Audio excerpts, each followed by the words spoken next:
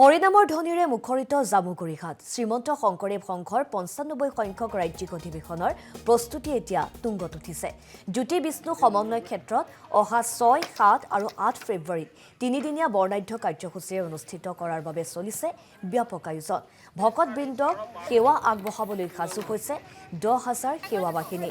১০০ foot দীঘল আৰু ৫০ foot বহল অস্থায়ী কীৰ্তন গৃহৰ নিৰ্মাণৰ কাম ইতিমধ্যে সম্পূৰ্ণ হৈছে। কীৰ্তন ঘৰতে ১৭ জানুৱাৰীত গুৰু আসন প্ৰতিষ্ঠা কৰা হ'ব। ইফালে অঞ্চলটোৰ ইছলাম ধৰ্মাৱলম্বী লোকসকলো স্বতঃস্ফূৰ্তভাৱে ওলাই আহি ৰাজহুৱা শ্ৰমদান কৰাৰ লগতে শিবিৰ নিৰ্মাণত সহযোগিতা আগবঢ়াইছে।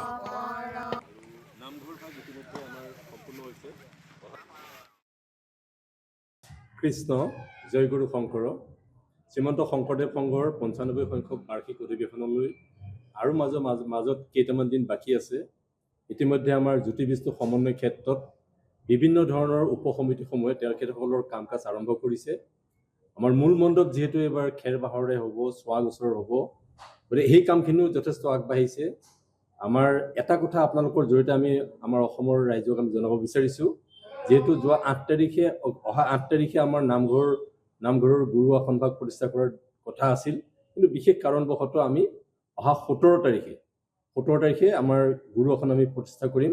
আমি আপোনালোকৰ জৰিয়তে অসমৰ ভিন্ন প্ৰান্তৰ সকলো বাপ বান্ধৱলৈকে আমি সেৱা নিবেদন কৰিলোঁ। সকলো আহক। আমি ১৬ তাৰিখে আমাৰ জিলা নামঘৰৰ পৰা সেই গুৰু আসনভাগ আৰু ধৰ্মীয় আমাৰ যি পতাকা, সেই পতাকাভাগ আমি ইয়ালৈ কঢ়িয়াই লৈ আনিম। ১৭ তাৰিখৰ দিনাখন আমাৰ ইয়াতে সেইভাগ। হৰিনামৰ ধ্বনিৰে মুখৰিত জামুগুৰি ঘাট শ্ৰীমন্ত শংকৰদেৱ সংঘৰ ৯৫ সংখ্যক ৰাজ্যিক অধিৱেশনৰ প্ৰস্তুতি এতিয়া তুংগত উঠিছে। জ্যোতি বিষ্ণু সমন্বয় ক্ষেত্ৰত অহা ৬, ৭ আৰু ৮ ফেব্ৰুৱাৰীত তিনিদিনীয়া বৰ্ণাঢ্য কাৰ্যসূচীৰে অনুষ্ঠিত কৰাৰ বাবে চলিছে ব্যাপক আয়োজন।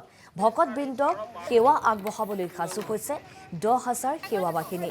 ১০০ ফুট দীঘল আৰু ৫০ ফুট বহল অস্থায়ী কীৰ্তন গৃহৰ নিৰ্মাণৰ কাম ইতিমধ্যে সম্পূৰ্ণ হৈছে। কীৰ্তন ঘৰতে ১৭ জানুৱাৰীত গুৰু আসন প্ৰতিষ্ঠা কৰা হ'ব।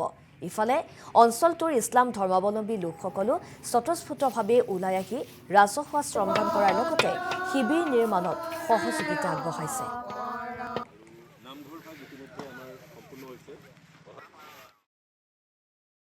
কৃষ্ণ জয় গুৰু শংকৰ শ্ৰীমন্ত শংকৰদেৱ সংঘৰ ৯৫ সংখ্যক বাৰ্ষিক অধিৱেশনলৈ আৰু মাজত কেইটামান দিন বাকী আছে।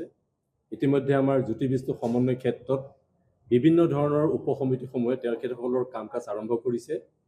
আমাৰ মূল মণ্ডপ যিহেতু এইবাৰ খেৰ বাঁহৰে হ'ব, চোৱা গছৰ হ'ব, গতিকে সেই কামখিনিও যথেষ্ট আগবাঢ়িছে। আমাৰ এটা কথা আপোনালোকৰ জৰিয়তে আমি আমাৰ অসমৰ ৰাইজক আমি জনাব বিচাৰিছোঁ, যিহেতু যোৱা ৮ তাৰিখে আমাৰ নামঘৰৰ গুৰু আসনভাগ প্ৰতিষ্ঠা কৰাৰ কথা আছিল, কিন্তু বিশেষ কাৰণবশতঃ আমি অহা ১৭ তাৰিখে আমাৰ গুৰু আসন আমি প্ৰতিষ্ঠা কৰিম। আমি আপোনালোকৰ জৰিয়তে অসমৰ ভিন্ন প্ৰান্তৰ সকলো বাপ বান্ধৱলৈকে আমি সেৱা নিবেদন কৰিলোঁ। সকলো আহক।